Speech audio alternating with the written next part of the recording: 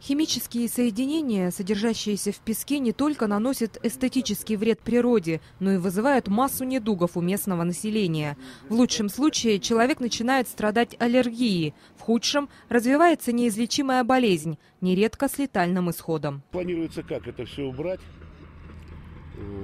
до растительного слоя, в смысле, изначально, как оно было. В этом месяце мы планируем где-то 1 400 000, 1 300 000. В принципе, по плану все идет.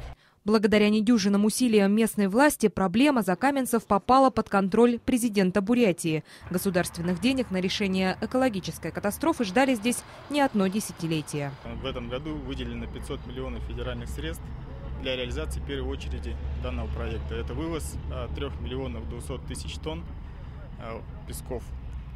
К весне здесь будет восстановлено русло реки. На месте унылых барханов начнет произрастать свежая, здоровая зелень.